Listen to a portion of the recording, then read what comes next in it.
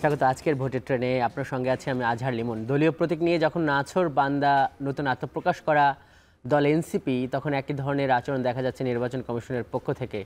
তখন আজকে আমাদের ভোটের ট্রেনের আলোচনার বিষয় শাপলার এপিঠ ওপিঠ। আজকের আলোচনাকে সম্প্রসারিত করতে স্টুডিওতে এবং সরাসরি যুক্ত হবেন বিএনপি, এনসিপি এবং ইসলামী আন্দোলন বাংলাদেশের শীর্ষ নেতারা। দেখছেন ভোটের ট্রেন। আলোচনা যাবার আগে শাপলার প্রতীক নিয়ে এনসিপি নেতাদের বক্তব্য শুনে নেওয়া যাক। আজ নির্বাচন কমিশনে এসব বক্তব্য দিয়েছেন এনসিপির শীর্ষ নেতা হাসনাত আবদুল্লাহ ও নাসিরুদ্দিন পাটোয়ারি। এখন স্পষ্টত এই সিদ্ধান্তগুলো আমাদের কাছে মনে হচ্ছে, বা আমাদের তাদের সাথে যেই আলোচনা বা তাদের সাথে এই যে আমরা কাজ করছি, আমাদের কাছে মনে হয়েছে যে এই সিদ্ধান্তগুলো আসলে চাপিয়ে দেওয়া। আমরা বারবার বলেছি, এটা নতুন কোনো কথা না, আমাদের কাছে মনে হয়েছে। আমি গতকালে বলেছি যে নির্বাচন কমিশনের আসলে রিমোট কন্ট্রোলটা এটা অন্য জায়গায়। এই নির্বাচন কমিশনের রিমোট কন্ট্রোল এটা আগারগাঁওয়ে নাই। যে এখানে রাজা, তার শাসন উইদাউট কোনো রুলস রেগুলেশন, কোনো নীতিমালা, কোনো কিছু ছিল না। তো আমাদের শুধু বারবার আমরা বলে আসছি, এই নির্বাচন কমিশনে আস্তে আস্তে আমাদের জুতার তলা ক্ষয় হয়ে যাচ্ছে। আপনারা যেভাবে বিভিন্ন সরকারি অফিসে যাচ্ছেন, সেই ক্ষেত্রে এই নির্বাচন কমিশন একটি রাজনৈতিক দলের নিবন্ধন পাওয়ার জন্যই তারা আমাদের জুতোর তলা ক্ষয় করে দিচ্ছে। জাতীয় নিরাপত্তা ইস্যুর মতো অথবা জাতীয় ক্ষেত্রে যদি নিরাপত্তা দিতে তারা ব্যর্থ হচ্ছে এই সরকার, তাহলে তারা একটি বাংলাদেশে ক্রেডিবল ইলেকশন কিভাবে হলো নিরাপত্তা দিতে তারা সফল হবে, সে বিষয়ে আমরা আজকে তাদের কাছেও প্রশ্ন তুলেছি এবং সরকারের কাছেও প্রশ্ন রাখছি। সিলেটে এই একই ইস্যু প্রতীক নিয়ে কথা বলতে দেখা গেছে একজন নির্বাচন কমিশনারকে। চলুন শুনে আসি তার বক্তব্য। আইন এবং বিধি অনুযায়ী আমাদের তালিকায় যেই মার্কাগুলো রয়েছে, যে প্রতীকগুলো রয়েছে, সেগুলোর মধ্যে যে প্রতীকটা চাচ্ছেন সেই প্রতীকটা না থাকার কারণে নির্বাচন কমিশন দিতে পারছে।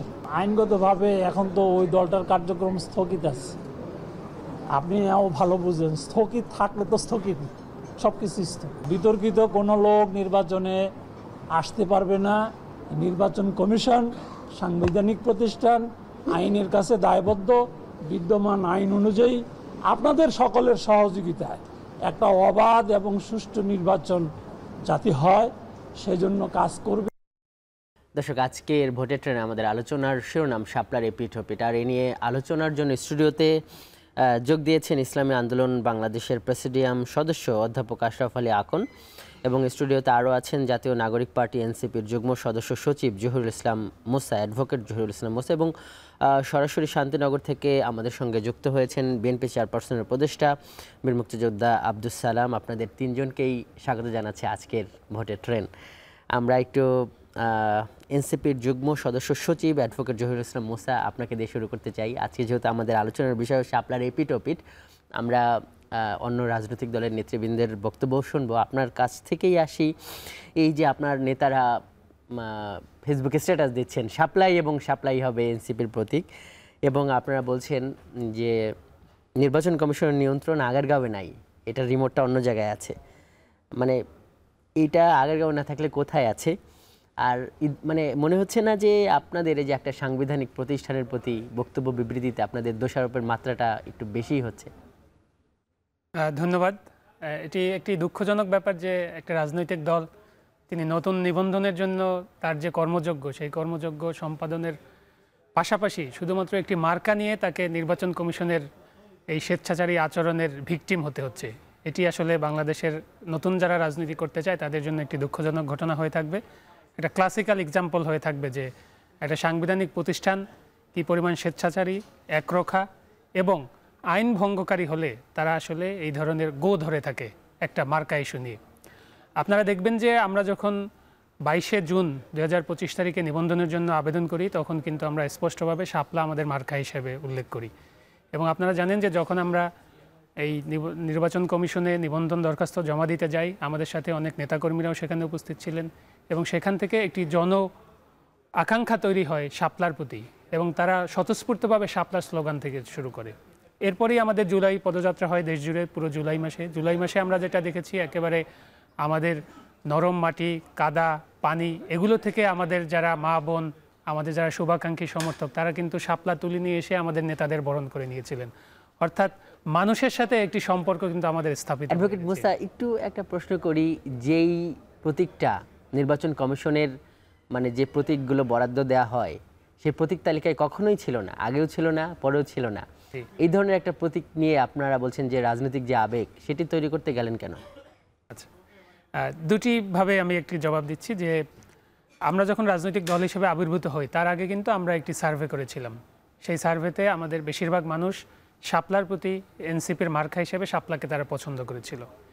এরপরে যেটা হয়েছে যে আপনি জানেন যে মার্কা কিন্তু একটি রাজনৈতিক দলের জনগণকে কিভাবে সে সংযুক্ত করে, জনগণের রুচি, সেই জনপদের মানুষের যে কালচার, তাদের ঐতিহ্য, তাদের ভালো লাগা ভালোবাসা এবং সর্বোপরি মানুষ একটা রাজনৈতিক দলকে কিভাবে দেখতে চায়, তাদের কতটা কোমল, কতটা আবেগী, কতটা ভালোবাসতে তারা চায়, তার প্রতিচ্ছবি কিন্তু এই প্রতীকের মাধ্যমে ঘটে। সে কারণে আপনারা দেখবেন যে এনসিপি যখন শাপলা প্রতীকটি পছন্দ করলো, এটি কিন্তু সমাজের সর্বমহল থেকে একটি প্রশংসিত হলো এবং তারা খুব ইজিলি এনসিপির সাথে সম্পৃক্ত হতে শুরু করলো। এই জায়গা থেকে আসলে এটি এখন শুধুমাত্র এনসিপির নেতা বা কর্মীদের বিষয়বস্তু নাই, এটি সারা দেশের মানুষের একটি অংশ হয়ে গেছে। অর্থাৎ আমরা নেতারা এখন চাইলেও এই জায়গা থেকে আমাদের সরে আসা সম্ভবপর নয়। আমরা নির্বাচন কমিশনে যতগুলো চিঠি দিয়েছি সেখানেও বলেছি যে এই সিদ্ধান্ত এখন এনসিপি চাইলেই আসলে এই সিদ্ধান্ত থেকে সরে আসতে পারবে না। এনসিপিকে মানুষের মতকে মূল্যায়ন করতে হবে। জি, আমরা একটু শান্তিনগর থেকে বীর মুক্তিযোদ্ধা আব্দুল সালাম ভাই আপনার কাছ থেকে ঘুরে আসি। এই যে এনসিপির মার্কাটা নিয়ে আপনার কি মনে হয় যে নির্বাচন কমিশন একটু বেশি করছে সাংবিধানিক একটা প্রতিষ্ঠান, এবং এনসিপির যে নেতা এখানে উপস্থিত তিনি কিন্তু বলছেন যে এক ধরনের বেআইনি কাজ করছে নির্বাচন কমিশন। নির্বাচন কমিশন একটা সাংবিধানিক প্রতিষ্ঠান কি বেআইনি কাজ করতে পারে?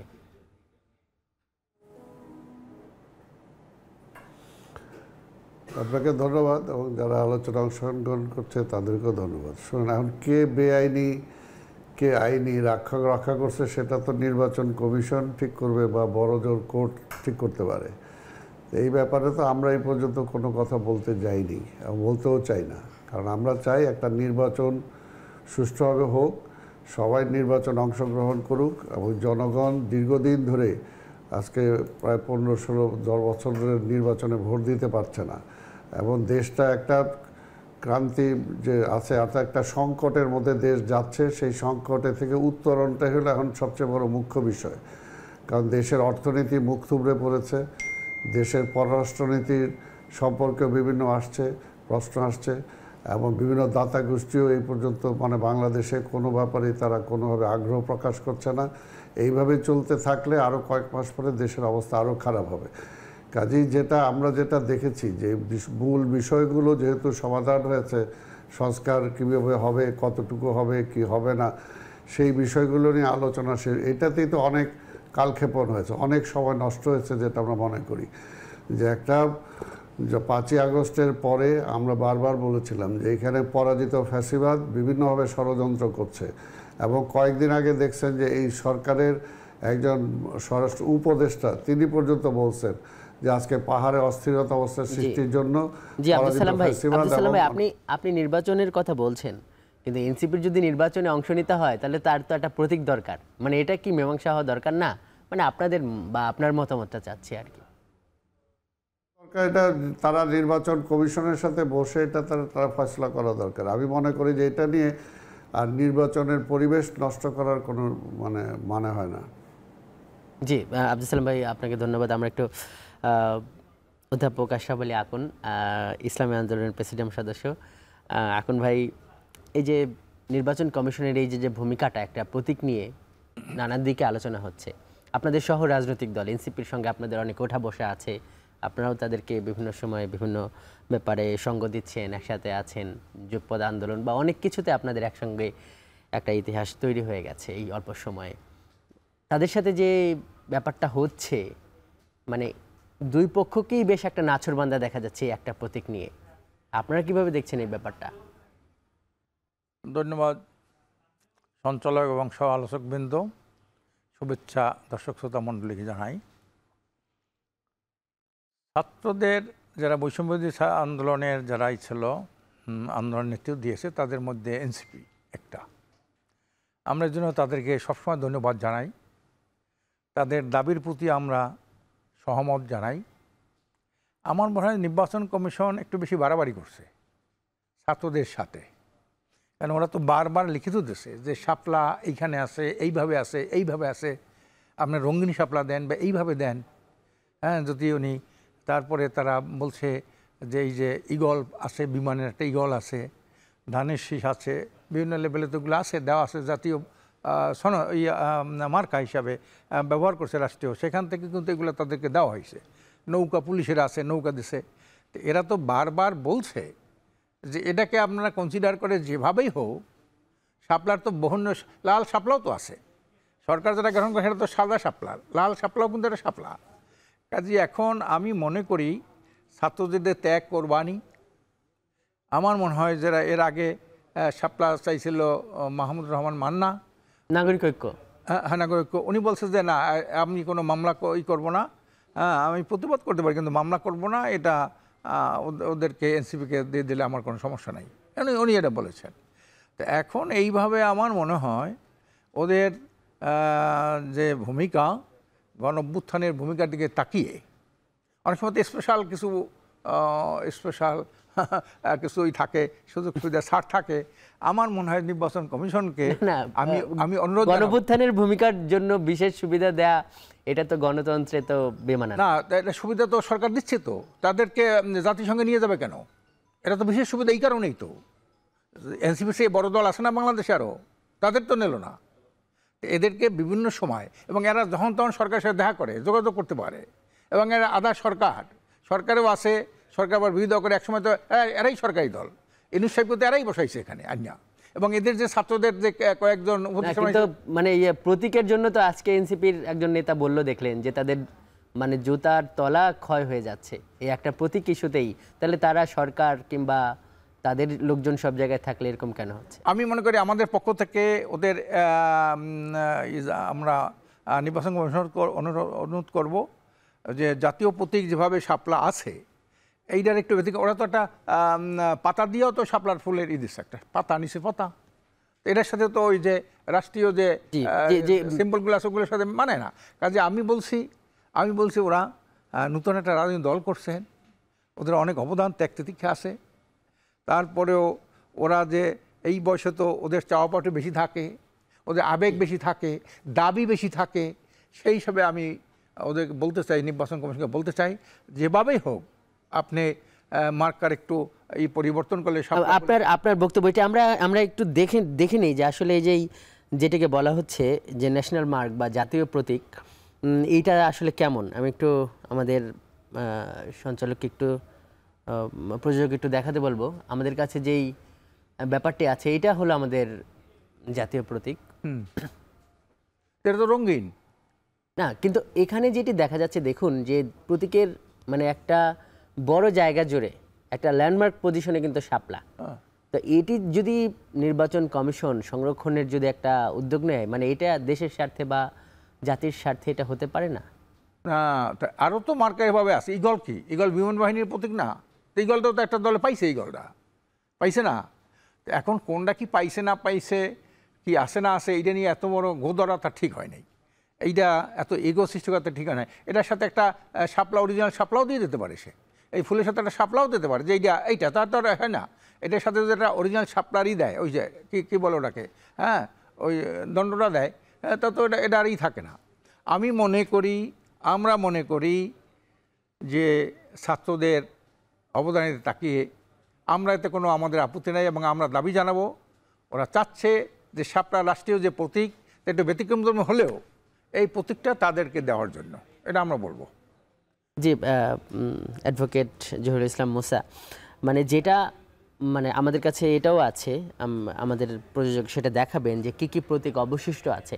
তাহলে আপনারা এই যে অবশিষ্ট প্রতীকগুলো থেকে মানে কেন নিচ্ছেন না? আর যেটা বলে যে আপনারা যেভাবে বলছেন যে সাপ্লাই এবং সাপ্লাই হবে প্রতীক, মানে এটাও তো আপনাদের একটা চাপ প্রয়োগ নির্বাচন কমিশনের উপর।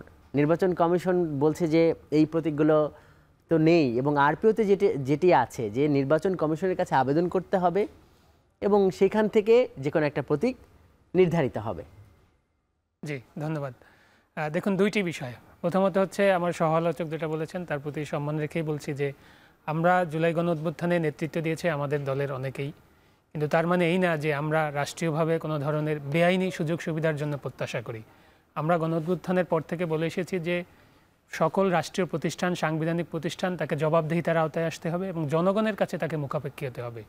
তার স্বচ্ছতা নিশ্চিত থাকতে হবে, তার নিরপেক্ষতা নিশ্চিত থাকতে হবে। নির্বাচন কমিশনের ক্ষেত্রে আমরা যেটা দেখেছি যে এই প্রতীক ইস্যুতে তারা প্রথমে এই আপনি জাতীয় প্রতীক যেটা দেখিয়েছেন, এই জাতীয় প্রতীকের একটি ব্যাখ্যা আমাদেরকে দিয়েছিলেন। এরপরে আমরা আইন ধরে ধরে সংবিধানের 4-3 অনুচ্ছেদ, national emblem and flag orders 1972, তারপরে ন্যাশনাল এমব্লেম রুলস 1972, সেটির বিধান ধরে ধরে আমরা তাদেরকে ব্যাখ্যা দিয়ে দেখিয়েছি যে জাতীয় প্রতীক আসলে 4টি আলাদা আলাদা উপাদানের সমষ্টি। সেই উপাদানের সমষ্টির ভিতরে একটি উপাদান হচ্ছে ধানের শীষ, ধানের শীষ বিএনপিকে মার্কা দেওয়া হয়েছে। তার একটি উপাদান হচ্ছে তারা, তারকা জেএসডিকে মার্কা দেওয়া হয়েছে। আরেকটি উপাদান হচ্ছে পাটের কুড়ি, আপনি যেটা বললেন সেটা সোনালী আঁশ, তৃণমূল বিএনপিকে মার্কা দেওয়া হয়েছে। আমরা এই ব্যাখ্যাগুলো দেওয়ার পরে তারা কিন্তু আইনগত কোনো ব্যাখ্যা তারা আর উপস্থাপন করেনি। এখন এখানে স্বচ্ছতার জায়গাটা আমরা কিভাবে নিশ্চিত করতে চাই নির্বাচন কমিশনের? শুরুর দিকে যখন নির্বাচন কমিশন নতুন রাজনৈতিক দলের জন্য তারা অনেকগুলো প্রতীক, 150টা প্রতীক তারা খসড়া তালিকায় অন্তর্ভুক্ত করে। খসড়াটা এবং সবশেষ যে বরাদ্দযোগ্য প্রতীক তালিকা সেটাও আমাদের কাছে আছে। দেখুন এখানে প্রায় 50টা প্রতীক আছে। এই যে হেলিকপ্টারের মতো প্রতীকও আছে। অনেকে বলেছিল যে এই এনসিপির প্রতীক কলম হওয়া উচিত, আপনারাও কিন্তু বলেছেন। তো এই প্রতীকগুলো তো মানে আপনারাও নিচ্ছেন না, মানে আপনারাও কিন্তু আপনাদের জায়গা থেকে সরছেন না। আচ্ছা, এটা আপনি স্ক্রিনেই রাখেন, আমি একটু আমার বলার সুবিধা হবে যে শুরুতে যখন 150টি তালিকা খসড়া করা হয়, চূড়ান্ত খসড়া করা হয়, সেখানে শাপলা ছিল এবং তারা নির্বাচন কমিশন আমাদেরকে দেখিয়েছেন সেই খসড়ার ভিতরে শাপলা আছে। আপনারা গণমাধ্যমেও সেটা নিয়ে রিপোর্ট প্রকাশ করেছেন। এরপরে আমরা শাপলা চাইলাম এবং আমাদের চাওয়ার ভিতরে কিন্তু সবসময় বলা ছিল নির্বাচন কমিশন এখন যে ব্যাখ্যাটা দিচ্ছে এই ব্যাখ্যাটা তো ট্রু, যে আমার তালিকায় নাই আমি তোমাকে কিভাবে দিব। আমার চাওয়াটা কিন্তু সেটা না। আমার চাওয়াটা হচ্ছে আপনি তালিকা অন্তর্ভুক্ত করেন তারপরে আমাকে দেন। আমার চাওয়া তো দুইটা। তো তিনি শুধু পরের ধাপেই যাচ্ছেন। তো এখন আমি যদি আমাদের প্রচলিত যে প্রতীকগুলো আছে, দেখেন যে ধানের শীষ কীভাবে প্রতীক হলো। ধানের শীষ কিন্তু মাওলানা ভাসানীর প্রতীক ছিল। এটি স্বাধীনতার আগ থেকেই মাওলানা ভাসানী ব্যবহার করতেন, তার দল ব্যবহার করেছে। এরপর জিয়াউর রহমান এটাকে অ্যাকোয়ার করেছেন। কী পদ্ধতিতে অ্যাকোয়ার করেছেন আমরা কিন্তু সেই প্রশ্নগুলো এখন তুলছি না।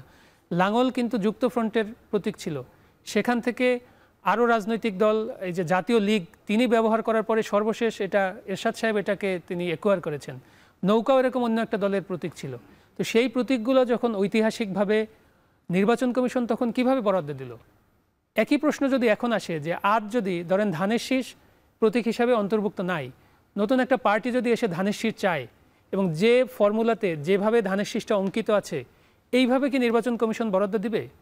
নিশ্চয়ই দিবে না।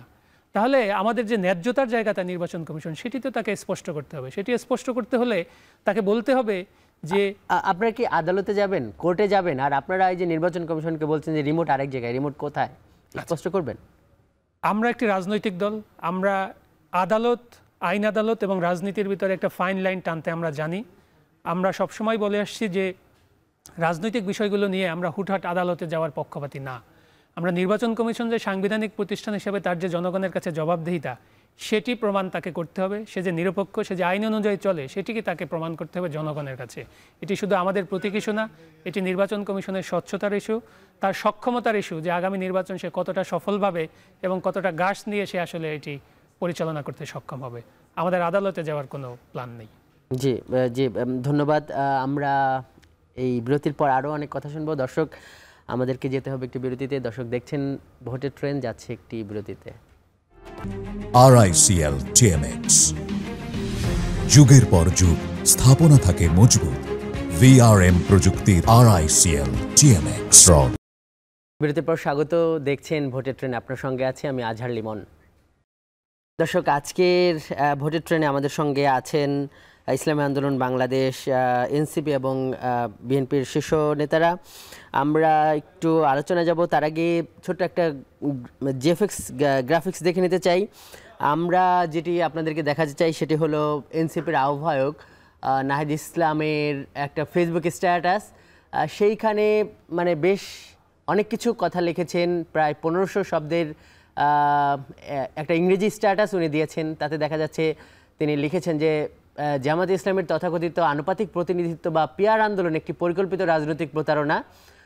এরপর উনি লিখেছেন, এটি গণঅভ্যুত্থানের আলোকে রাষ্ট্র ও সংবিধান পুনর্গঠনের যে আকাঙ্ক্ষা কিংবা সংস্কার ও জাতীয় সংলাপের মূল প্রশ্ন থেকে জাতীয় ঐক্যমত কমিশনের প্রচেষ্টাকে ভিন্ন খাতে প্রভাবিত করা একটি সাজানো পরিকল্পনা। সংবিধানের সুরক্ষার জন্য আমরা উচ্চকক্ষ পিআর চেয়েছিলাম, যাকে সংস্কার দাবির মূল কেন্দ্র বলা যায়।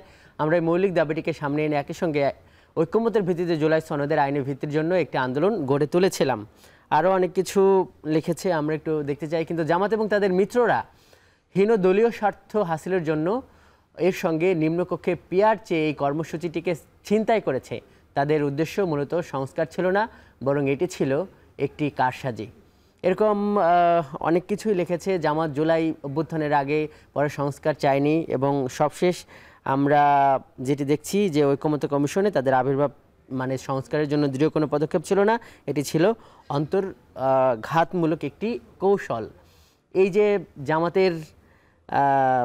জামাত এবং তাদের মিত্ররা হীন দলীয় স্বার্থ হাসিলের জন্য এর সঙ্গে নিম্নকক্ষে পিআর চেয়ে এই কর্মসূচিকে ছিনতাই করেছে। আশরাফ আলী আকন ভাই, এটিকে সম্ভবত আমার যদি ভুল না হয় নাহিদ ইসলাম যুগপৎ আন্দোলনকেই মিন করেছে। এটা হলো অতিকথন, এটা হলো ওনার অতিকথন। বয়সের চেয়ে বুদ্ধি বেশি হলে যে অবস্থা হয়, এই গ্রুপটার আমি মনে করি যারা বিভিন্ন সময় যে কথাবার্তা বলে বয়সের তুলনায় বুদ্ধি বেশি। দীর্ঘদিন যারা রাজনীতি আন্দোলন করে আসছে, পিআর পদ্ধতিটা এইটা কিন্তু বিশ্বের 91টা দেশে আছে। না, এই বক্তব্য তো আমরা বহুবার শুনেছি। জানেন উনি এই নাহিদুল ইসলাম এই খবর জানে না। 34টা উন্নত দেশের মধ্যে 25টায় পিআর আছে, এইটা নাহিদুল ইসলাম জানে না। রাশিয়া থেকে 18টা রাষ্ট্র আলাদা হয়েছে, সেখানে 15 রাষ্ট্রে পিআর আছে, এইটা নাহিদুল ইসলাম জানে না। তারপরে আপনার নির্বাচন কমিশনের প্রধান ডক্টর বদিউল আলম উনি প্রথম বলছে যে 71% মানুষ পিআর চায়, এইটা এনি শোনে নাই। তারপরে 4 দিন পর বলছে এতে মহা সংকট হবে। তখন আমি বললাম যে আপনি বললেন এখন ভাই এটা তো বাস্তব। আপনারা যে ঐক্যমত্য কমিশনে প্রায় 1 বছর ধরে যে আলোচনাটা করলেন, সেখানে তো নিম্নকক্ষে পিআর নিয়ে কোনো আলোচনা হয়নি। না, পিআর নিয়ে আলোচনা হয়েছে, তারা বলছে লিখিত দেন আমরাই করব। তখন আমরা লিখিত দিলাম, তখন আলোচনা আজকে উঠামু কালকে উঠামু ধৈর্য ধারণ করেন। এক পর্যায়ে আপনি বলেন যে উপরে একটা চাপ আছে, এই চাপের কারণে আমরা উঠাইতে পারি না। তাহলে কি করব আমরা?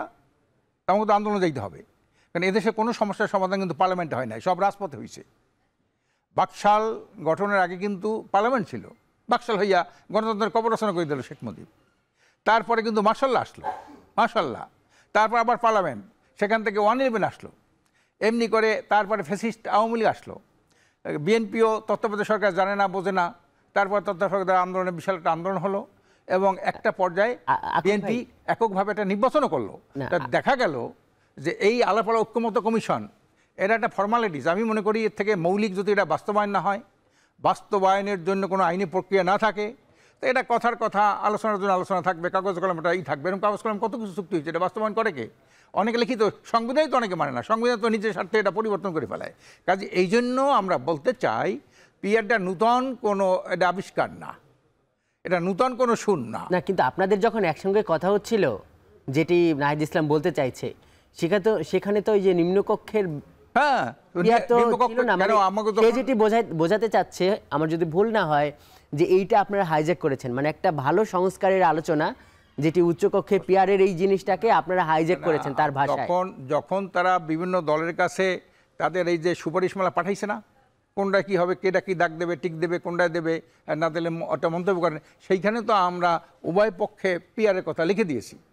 সেই প্রথম যে উনি প্রত্যেক দলের কাছে তাদের একটা সুপারিশমালা পাঠাইলেন, প্রস্তাবনা পাঠাইলেন, সেখানে জামাতও তো পিআরের কথা বলে দিয়েছে, আমরা সেটা দিয়েছি। তো সেখানে তো দেওয়ার একটা রাখছে, একটা অপশন রাখছে এই ঐক্যমত্য কমিশন, আমরা সেখানে দিয়েছি। মানে তারপরে এখানে এখন ভাই নাহিদ ইসলাম যেটা বলতে চেয়েছে, যে এই যে জুলাই সনদকে আইনি ভিত্তি দেয়া এবং উচ্চকক্ষে পিআর, এটিকে নিয়ে একটা সম্মিলিত আন্দোলন করার তার একটা প্রয়াস বা একটা পরিকল্পনা ছিল, যেটি আপনাদের কারণে ভণ্ডুল হয়েছে। উচ্চকক্ষটা লাগে কেন? এই দেশে তো শতকরা 90 থেকে 95 জন ক্ষমতাসীনদের দুর্নীতির সাথে জড়িত। আমরা ওই কর্মসূচির ব্যাপারটা আমি একটা কথা বলি, আমি সেখানে উচ্চকক্ষটা আসলো কোত্থেকে? এটা আমরা কি একটা ইউনিটারি দেশ? এইটাই তো একটা অদ্ভুত প্রশ্ন। উচ্চকক্ষের আলোচনা তো আলাদা, আমরা জানতে চাচ্ছি যে নাহিদ ইসলামের সঙ্গে আপনাদের কি আলোচনা। আমি একটা কথা বলি, এই উচ্চকক্ষটা দিল কে? এটা প্রয়োজনটা কি দেশে? তার কাজটা কি? উচ্চকক্ষের তো কোনো কাজ নাই, তারা আইন প্রণয়নে সহায়তা করতে পারবে না, আইন আটকে রাখতে পারবে না, কোনো প্রস্তাবনা করে পরামর্শ দিতে পারবে না। তাদের হইল সংবিধান পরিবর্তনের সংখ্যাগরিষ্ঠ তার সময় তারা অংশগ্রহণ করতে পারবে। তাই সংখ্যাগরিষ্ঠ কারা পাবে? যারা নিম্নকক্ষে যারা সংখ্যাগরিষ্ঠ তারাই তো পিয়ারের যদি আপার কক্ষ হয় তারা উপরের কক্ষে যাইবে, তারাই তো সংবিধান পরিবর্তন করবে। নিচের নিম্নকক্ষ উপরের কক্ষ যৌথভাবে সংখ্যাগরিষ্ঠের ভিত্তিতেই সংবিধান পরিবর্তন করতে পারবে, এতটুকু পাওয়ার। কিন্তু এরা আইন আটকাই রাখতে পারবে না, আইনের প্রস্তাবনা করতে পারবে না, আইন প্রণয়নের সুপারিশ করতে পারবে, কিছুই তো পারবে না। এই যে হাতির সোধাতের মতো একটা 100 লোকের ভরণ পোষণ, টাকা পয়সা, গাড়ি বাড়ি প্লট দেওয়া, মানে কি? এটা দরকারটা কি? এটা হলো ওয়েস্টমিনিস্টার সিস্টেমে, যারা ইংল্যান্ডে বিভিন্ন রাজ্য আছে সেখান থেকে তারা করতে পারে, আমেরিকার রাজ্য আছে, এই ভারতে আছে, কিন্তু আমার দেশে কি আছে? এটা এই উচ্চকক্ষে লাগবে কেন? আমরা তো পরিষ্কার বলছি যে মূল সমস্যা হলো নিম্নকক্ষে। এইটাকে পিয়ার না হলে উচ্চকক্ষের আমাদের প্রয়োজন নেই। এটা আমরা এই প্রস্তাব করছি, ওখানে উচ্চকক্ষ আসলো কোথেকে? এটার প্রবক্তাকে, এটা কি এদেশে মানুষ জানে? অথচ পিয়ার 2008 সালে আমরা পিয়ার অন্তর্ভুক্ত করেছি আমাদের 18 সালে দিয়েছি। আমরা একটু আব্দুল সালাম ভাইয়ের কাছে যাই। আব্দুল সালাম ভাই, এই যে রাজনীতির মাঠে দলগুলোর মধ্যে এই যে এক ধরনের তিক্ত রসায়ন, স্ট্যাটাস পাল্টা স্ট্যাটাস, এই ব্যাপারগুলো যে হচ্ছে, এই জিনিসগুলোকে কিভাবে দেখেন? এবং বিশেষ করে যেটি দেখা যাচ্ছে যে এই এনসিপির নেতারা একদিন হয়তো বিএনপির কোনো শীর্ষ নেতাকে নিয়ে মন্তব্য করছে, আবার দেখা যাচ্ছে যে এই জামাত বা এদেরকে নিয়ে কথা বলছে, মানে এই ব্যাপারগুলোকে কিভাবে দেখছেন? আপনার মূল্যায়ন কি?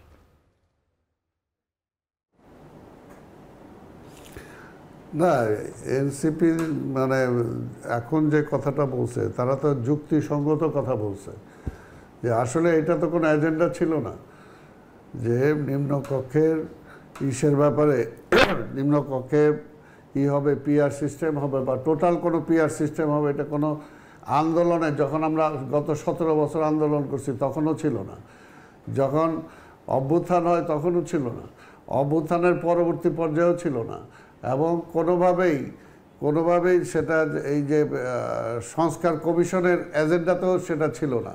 তাই কাজে এটা হঠাৎ করে তো ওনারা আমদানি করে এটাকে একটা অস্থির অবস্থার মধ্যে সৃষ্টি করে দিলেন। আর দেখা গেল আজকে কি হয়েছে, সেই জামাত, কিন্তু আমরা যেটা বারবার বলতেছি, জামাত প্রথম থেকেই নির্বাচন করছে, যখন কোনো দল নির্বাচনে নামে নাই তারা 300 সিটের প্রার্থী দিয়ে ঘরে ঘরে যাচ্ছে, নির্বাচন করতেছে। আরেক দিক দিয়ে 2 দিন আগে বলছে যে পিআর সিস্টেম না হলে তারা কোনো কিছু মানে না। তারা তো অলরেডি ঐক্যমত এখানে যায়, তারা স্বাক্ষরও করে আসছে। তাই কাজে এইগুলো কিছু না করে এখন সবার মিলে উচিত, আমি এনসিপিকেও বলবো যে জামাত তো অলরেডি নির্বাচনে চলেই আসছে, কাজে তাদেরকেও বলবো ছোটোখাটো যে সমস্যাগুলো আছে, যে সমস্যাটা এখানে আলোচনা প্রথম আপনি করলেন যে প্রতীক নিয়ে, দেখুন আমি এই আলোচনাটায় কিন্তু যেতেই চাই না। আমি বলছি এটা নির্বাচন কমিশন এনসিপির সাথে বসে তারা শর্ট আউট করবে, আমরা এটার মধ্যে কোনো অপিনিয়ন দিতে চাই নাই। কিন্তু আমার ভাই শুধু এখানে বিএনপিকে টেনে আনতেছে, এর বিএনপি বা ধানের শীষের সাথে এটা কি সম্পর্ক হলো আমি তো বুঝতেছি না। অর্থাৎ যাইচা বিএনপির সাথে, অর্থাৎ বিএনপি ধানের শীষটা কীভাবে আসছে, তাহলে ওই ইতিহাসটা আমাকে বলতে হবে যে জিয়া রহমান কিভাবে ন্যাশনাল ফ্রন্টের মধ্যে তারা বলছে যে জাতীয় প্রতীকে ধানের শীষও আছে, শাপলাও আছে, তাহলে ধানের শীষ যদি প্রতীক হয় শাপলা কেন হইতে পারবে না? মানে এই প্রশ্নটা কি একটা যৌক্তিক প্রশ্ন না? এটা কোনো যৌক্তিক প্রশ্ন না। কথাটা হলো যে এটা আমরা তো এই ব্যাপারটা আলোচনায় আনি নাই, তো এটা তারা ধানের শীষটা কেন না আসছে? আমরা তো বলছি তাদের আলোচনাটা তারা নির্বাচন কমিশনের সাথে শর্ট আউট করুক, নাহলে কোর্টে যাক, যেভাবে হয় করুক। আমরা তো এটার মধ্যে কোনো পার্ট হইতে চাইনি। আমি তো বলতেছিও না যেটা পক্ষে বিপক্ষে, আমি বলতেছি না। কিন্তু এইখানে ধানের শীষ বিএনপি 100% নিয়মতান্ত্রিকভাবে পেয়েছে, যেটা আমি বলছি যে মশিউর রহমান জাদু মিয়া সেই সময় ন্যাশনালিস্ট জাতীয় ফ্রন্টের একটা অংশের দল ছিল, ন্যাশনালিস্ট পার্টি। সেই ন্যাশনালিস্ট পার্টির প্রতীক ছিল এই ধানের শীষ। এই ধানের শীষ সেই সময় মাওলানা ভাসানী এবং মশিউর রহমান জাদু মিয়া সেই সময় আমাদের নেতা, আমাদের শহীদ রাষ্ট্রপতি জিয়া রহমানের হাতে তার প্রতীক তুলে দিছে। কাজে এখানে তো কোনো অন্যায় বা কোনো ইলিগেল হইতে কোনোভাবে এটা নেওয়া হয় নাই। তো কাজে এইটার সাথে তারা প্রতীক কি পাবে কি পাবে না, শাপলা হবে কি হবে না, এটার সাথে এটা মিলানোর কোনো মানে হয় না। কাজে এটা বলবো যে এখন এগুলো না করে সত্যিকার অর্থেই আজকে নাহিদ যে স্ট্যাটাস দিয়েছে, আমি তার অনেকগুলোর সাথে একমত যে আজকে কোনোভাবেই দেশটাকে আরেকটা অরাজকতার মধ্যে দিয়ে ঠেলে দেওয়া ঠিক হবে না। যাদের এখানে অন্য কোনো এজেন্ডা যদি থাকে তাহলে সেই সমস্ত এজেন্ডা বাস্তবায়ন করার জন্য দেশটাকে জিম্মি করা কোনোভাবে ঠিক হবে না। এখন দরকার হলো একটা নির্বাচন না হলে দেশটার অবস্থা আরো খারাপ হবে।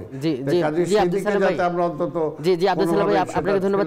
আমরা একটু আজকে সেই জায়গায় অল্প করে একটু জহিরুল ইসলাম মুসা অ্যাডভোকেট আপনার কাছে যাই। এই নাহিদ ইসলাম তার যে স্ট্যাটাস সেখানে তিনি বলতে চাইলেন যে জামাতের এই সংস্কার নিয়ে কোনো ব্যাপারই ছিল না, তারা বাস্তবিক অর্থে বা সাংবিধানিক দৃষ্টিভঙ্গি কোনো কিছুতেই তারা কোনো কিছু প্রস্তাব হাজির করতে পারে নাই এবং তারা ছদ্মবেশে আসলে সংস্কার যে প্রক্রিয়াটিকে ভণ্ডুল করতে আসছেন। তাহলে যদি সেটা হয়, এই যে গণভোটে এখন যে সবাই রাজি হলো সেটা তো জামাতের দেওয়া প্রস্তাব ছিল, আপনারা প্রথমে গণভোটে রাজি ছিলেন না, তাহলে এটি কি অতি কথন যেটি বলছে এই ইসলামী আন্দোলন? এটা আমরা অতি কথন মনে করি না, এটি একটি পুরোই বাস্তবিক একটা দিক নাহিদ ইসলাম জাতির সামনে তুলে ধরেছেন।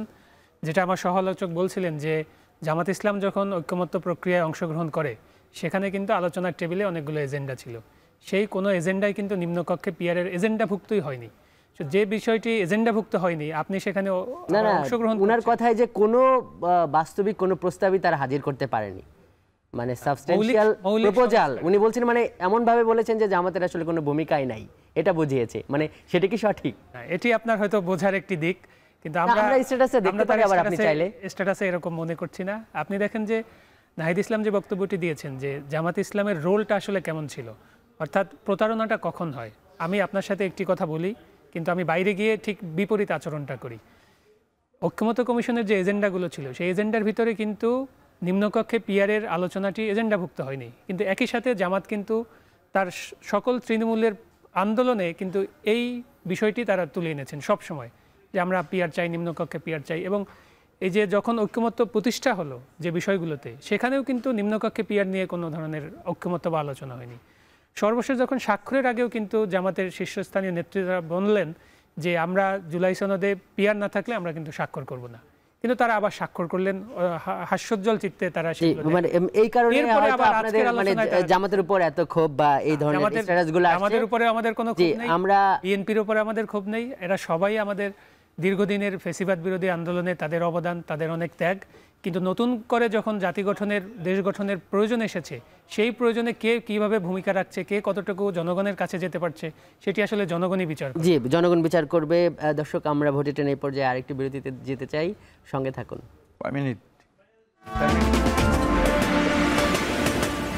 বিরতির পর স্বাগত আরও একবার, দেখছেন ভোটের ট্রেন, আপনার সঙ্গে আছি আমি আজহার লিমন। আজকের ভোটের ট্রেনে আমরা আলোচনা করছি চলমান রাজনৈতিক ইস্যু, এসব বিষয়ে আমাদের সঙ্গে যুক্ত আছেন বিভিন্ন রাজনৈতিক দলের নেতারা। আমরা এই পর্বে আমরা একটু আব্দুল সালাম ভাইয়ের কাছে যেতে চাই। আব্দুল সালাম ভাই, এই যে আপনি বললেন যে এখন এই সংস্কার প্রক্রিয়া একটা পর্যায়ে এসেছে, স্বাক্ষরে এসেছে, এখন এটা নিয়ে এখনও অনেক ধরনের অস্পষ্টতা দেখা যাচ্ছে এবং বলা হচ্ছে যে এখন এর পরে কী হবে, মানে আসলে এর পরে কী হবে? স্বাক্ষর তো হয়ে গেল,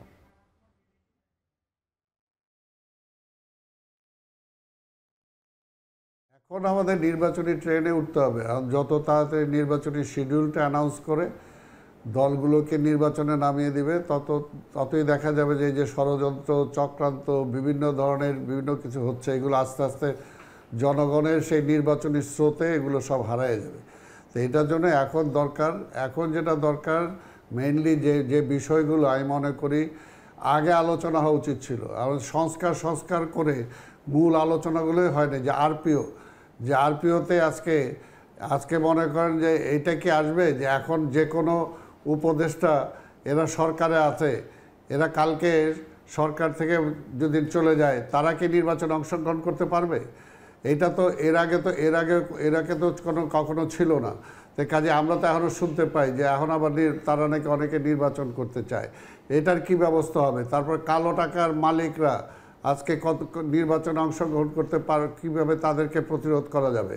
আজকে প্রশাসনে যারা আছে তারা এই মুহূর্তে রিজাইন করে বা এই মুহূর্তে চাকরি শেষ হয়ে গেল, এখনই সে নির্বাচন অংশগ্রহণ করতে পারবে কিনা? একটা রাজনৈতিক দলের কতদিনের সদস্য থাকলে তারপরে সে সেখানে নির্বাচনের জন্য এলিজিবল হবে? অর্থাৎ আরপিও যে বিষয়গুলো, এই বিষয়গুলো কিন্তু এখন পর্যন্ত মানে স্বচ্ছ না বা পরিষ্কার না। তাই কাজে এখন এই বিষয়গুলো আলোচনা আব্দুল সালাম ভাই মানে এই যে জুলাই সনদ যেটি স্বাক্ষর হলো, এটি নিয়ে গণভোট, এটি নিয়ে একটি জুলাই সনদ বাস্তবায়ন যে আদেশ, এগুলো শোনা যাচ্ছে, এগুলোর আসলে কি হবে? এগুলো নিয়ে তো মনে হচ্ছে যে এখনো রাজনীতির মাঠে মানে অনৈক্য আছে। মানে আপনাদের অবস্থানটা কি?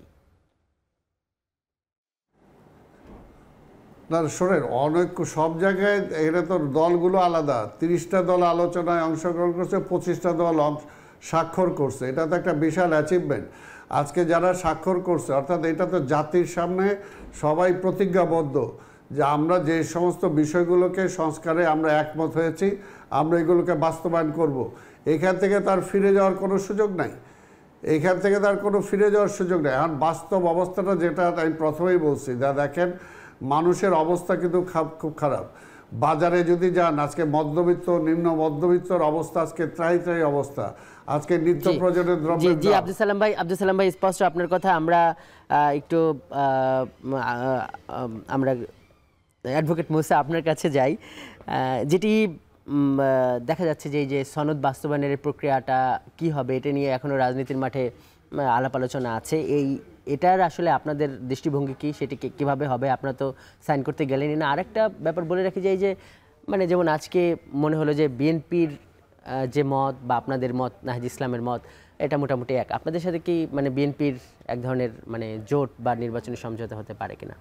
আচ্ছা, এটা শুরু থেকেই আমরা বলে আসছি যে ঐক্যমত্য কমিশনে যখন আমরা অংশগ্রহণ করেছি তখন বলেছি যে ঐক্যমত্যগুলো পৌঁছবে এটা অবশ্যই একটি সনদ আকারে আসবে, এবং এই সনদে বাস্তবায়ন একটা প্রক্রিয়া আমাদের মাঝে আইনি ভিত্তির মাধ্যমে এটি জনগণের কাছে স্পষ্ট করতে হবে।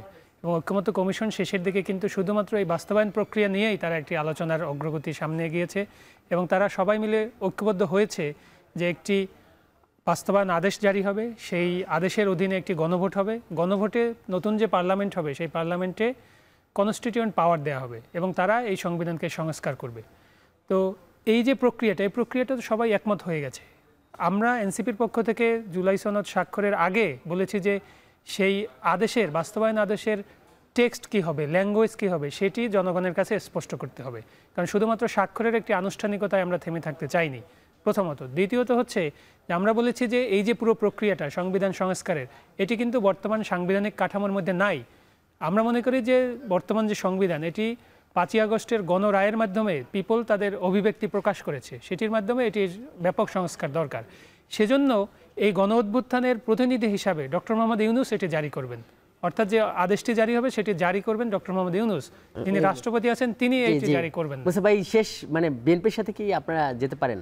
মানে আমরা দেখেন, আমরা রাজনৈতিক দল হিসাবে সবার সাথেই আমাদের আলোচনার দরজা খোলা থাকবে, কিন্তু কারো সাথেই কখনো হয়তো আজকে আপনার পক্ষে মনে হবে যে আজকে আপনার পক্ষে আমি কথা বলছি, কখনো আকন ভাইয়ের মনে হবে, আকন ভাইয়ের মনে হবে, আমরা একদম সালাম ভাইয়ের মনে হবে তার পক্ষে কথা বলছি। শেষ মুহূর্তে আমরা আসলে আলাদা রাজনৈতিক সত্তা, আমাদের আপনাদের যে একজন মিত্র জামাতের মানে সেক্রেটারি জেনারেল, উনি এখন বলতেছেন যে সনদে যে তারা সই করেছে এটি প্রত্যাহার করবেন। মানে আপনাদের অবস্থানটা কি? মানে প্রত্যাহার করার প্রশ্ন আসলে আপনারা স্বাক্ষর করতে গেলেন কেন?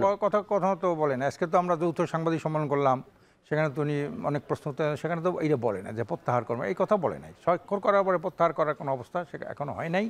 আমরা আন্দোলন চালিয়ে যাব। গণ অভ্যুত্থান যদি ব্যর্থ হয়, গণ বিপ্লবের সূচনা হবে।